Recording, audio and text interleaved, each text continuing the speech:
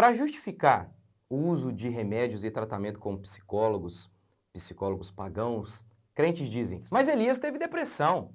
Ou então, para dizer que é normal e não há nenhum problema em que um crente se enfie no quarto e não queira mais fazer nada, deixando de lado seus parentes, as pessoas que precisam dele. Mas Spurgeon teve depressão. Tá, no vídeo de hoje eu vou te contar o que não te contaram acerca da depressão de Elias. Curta, comente, se inscreva e bora para mais um vídeo. Primeira coisa que a gente tem que falar sobre a tal depressão aí de Elias. Homem de Deus, o homem de Deus fazer algo torna esse algo correto? Que raio de argumento é esse? Ah, Elias fez, Davi adulterou, então o adultério é correto? Pedro naufragou na fé por um momento, então duvidar é correto? Que isso? Crentes que querem, para justificar o seu comportamento, eles se utilizam de argumentos ridículos. A questão é a seguinte, é que os crentes não estão mais lendo o mundo pelo olhar bíblico, mas estão lendo a Bíblia pelo olhar mundano. Se o mundo diz que a grama é rosa, ainda que a Bíblia declare que a grama é verde, eles dão um jeito. Não, peraí. Se o mundo inteiro está dizendo que a grama é rosa, então peraí. A gente tem que dar um jeito aqui. Não, peraí. Se todo mundo diz que a psicologia é ciência, que ela anda lado a lado, e tem um monte de crente aí indo fazer uso de psicólogos, então a gente pode sim. Eu não tenho tempo para explicar aqui, mas no meu curso A Culpa é do Meu Corpo, eu dou várias e várias aulas para mostrar que a psicologia é anticristã. Tem vários aí psicólogos que declaram isso. Não existe psicologia cristã. Não existe. Porque são antagônicas. Só um detalhe, vai. Só uma. O homem, que é o homem?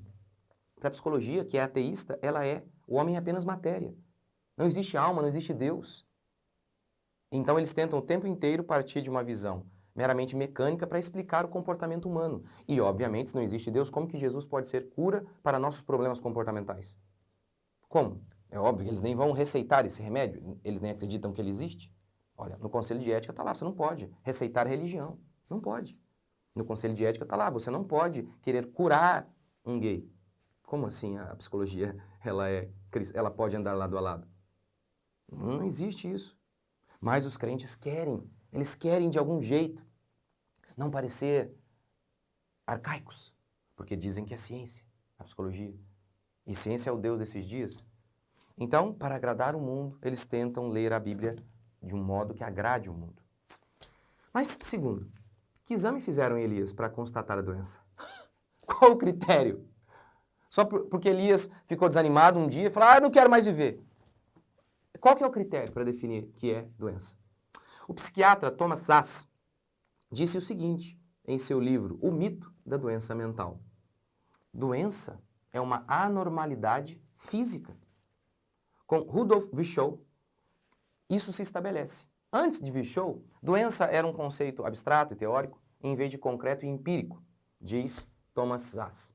Até 1800, doenças eram fonte de desequilíbrio dos humores, a teoria dos 4 temperamentos, que por sinal eu tenho um vídeo aqui e destruo essa outra balela. Você acredita nisso ainda? Acredita em Papai Noel também? Assista meu vídeo sobre isso, a teoria dos 4 temperamentos. Em 1761, Giovanni Morgani mostrou que, na verdade, doenças vinham de lesões orgânicas. E com Virchow isso se estabelece. Doença é um problema nas células. A cura mediante o restabelecimento das células. E assim é até hoje. Doença é uma anormalidade física e tem sempre um parâmetro concreto. Concreto. Por exemplo, o pulmão. Como que a gente sabe que tem um pulmão enfermo? Você tem um pulmão saudável, ele é a referência. Uma coisa extremamente concreta. Concreta. Que é igual em todos os lugares. Mas e depressão? Qual é o critério? Você sabia que a Associação de Psiquiatria Americana, como mostrou Theodore Dalrymple em seu livro Evasivas Admiráveis, eles dizem que se você fica triste depois de 2 semanas que perdeu um parente, você já está doente. Em Israel, o povo de Israel chorou 40 dias, de maneira oficial, pela morte de Moisés. Então, quem estabelece? Qual que é o critério? Elias ficou desanimado, então isso aí é doença. Com base em quê? Quem que disse que é?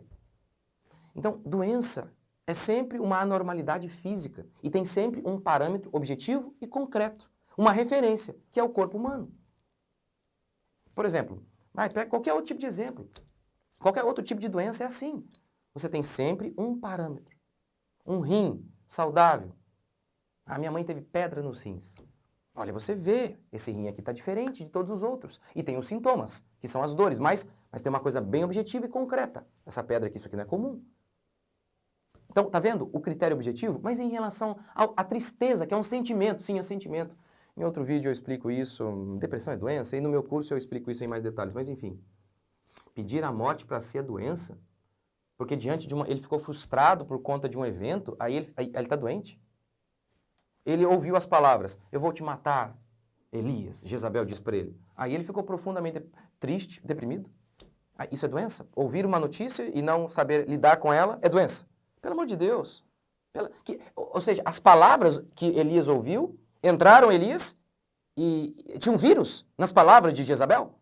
É isso? A saliva de Jezabel infectou Elias, as palavras? Eu vou te matar? Pelo amor de Deus. Que negócio irracional. Que negócio doido. Theodor Dalrymple mostra quando que surgiu essa teoria do desequilíbrio químico como causa da depressão. Ou seja, que a depressão teria uma origem orgânica. Joseph Jacob, ele disse o seguinte, o psiquiatra Joseph Jacob, é falta de noradrenalina. No começo era noradrenalina, depois mudaram para serotonina. Provou? Óbvio que não. Óbvio que não. Como provar empiricamente que um comportamento, o comportamento é sempre subjetivo? Como provar empiricamente que isso é doença? Por isso que o autor de A Psicologia e a Igreja disse que a psicologia não é ciência, porque lida com o comportamento humano. O comportamento humano, ele faz parte da metafísica, não da física. O comportamento humano é para ser analisado pela filosofia, pela teologia. Então, assim, é um absurdo. Mas como a teoria se difundiu a ponto de depressão ser considerada doença por quase todo mundo? E quem discorda é maluco. Ele explica. Indústria farmacêutica. A indústria farmacêutica. Ela patrocinou os estudos e mostrava apenas aqueles estudos que eram favoráveis. E aí, explica Theodor Dalrymple, pouco importava que mal funcionassem, as vendas eram fenomenais.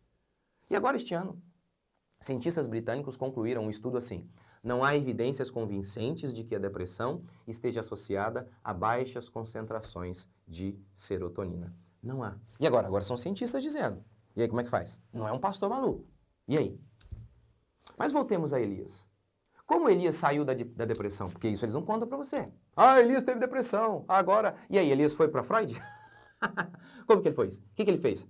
Tomou Prozac? É impressionante.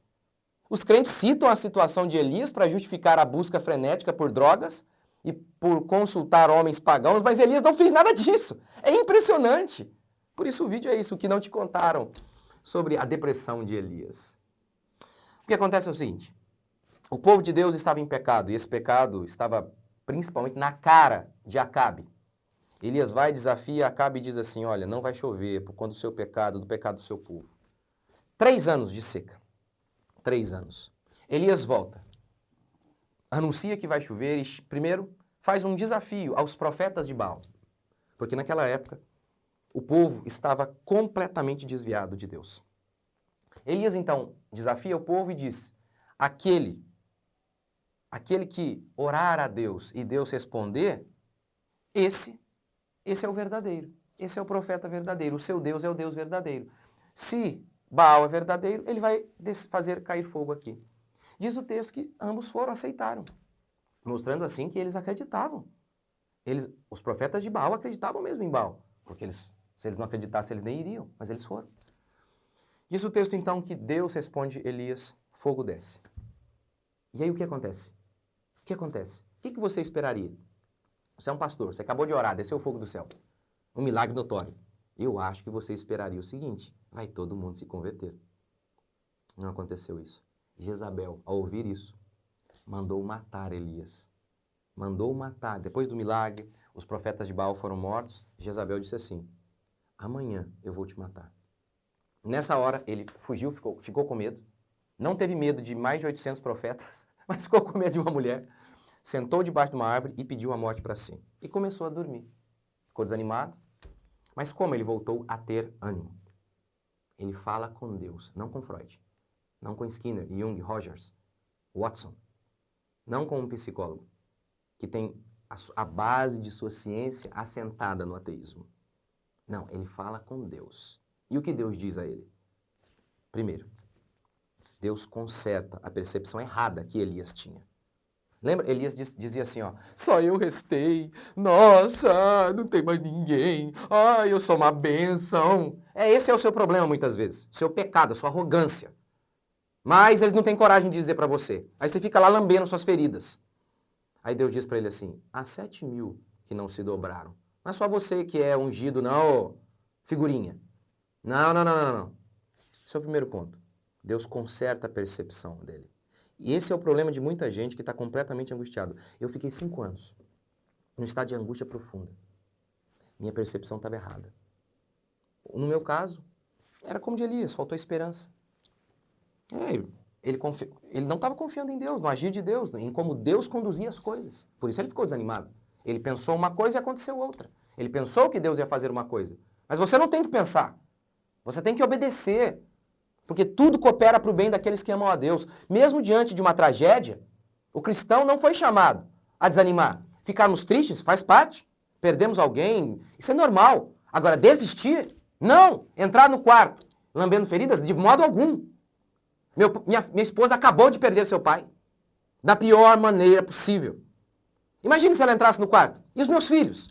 Como ficariam? Mas os que esperam no Senhor renovam as suas forças. E o pai da minha esposa, super novo.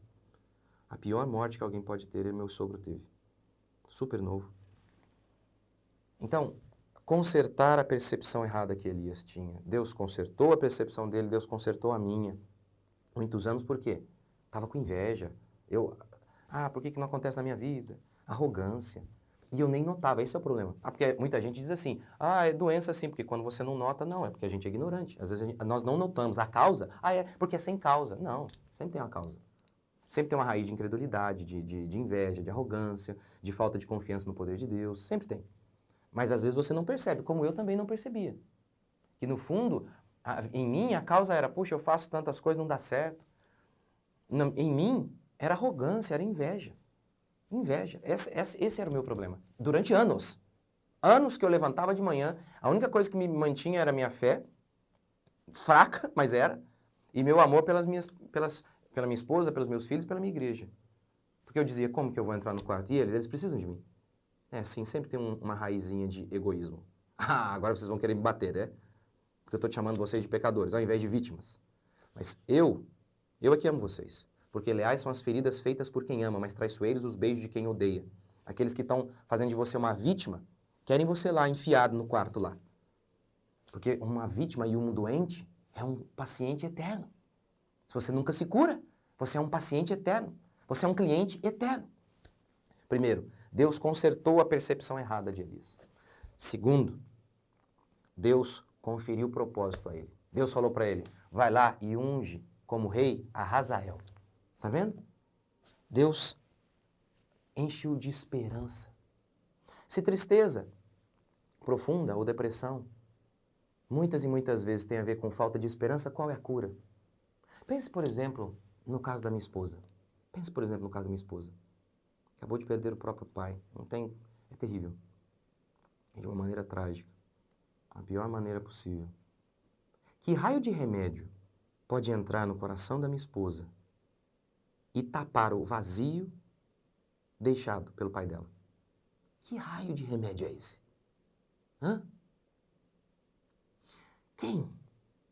Quem pode conferir esperança para nós?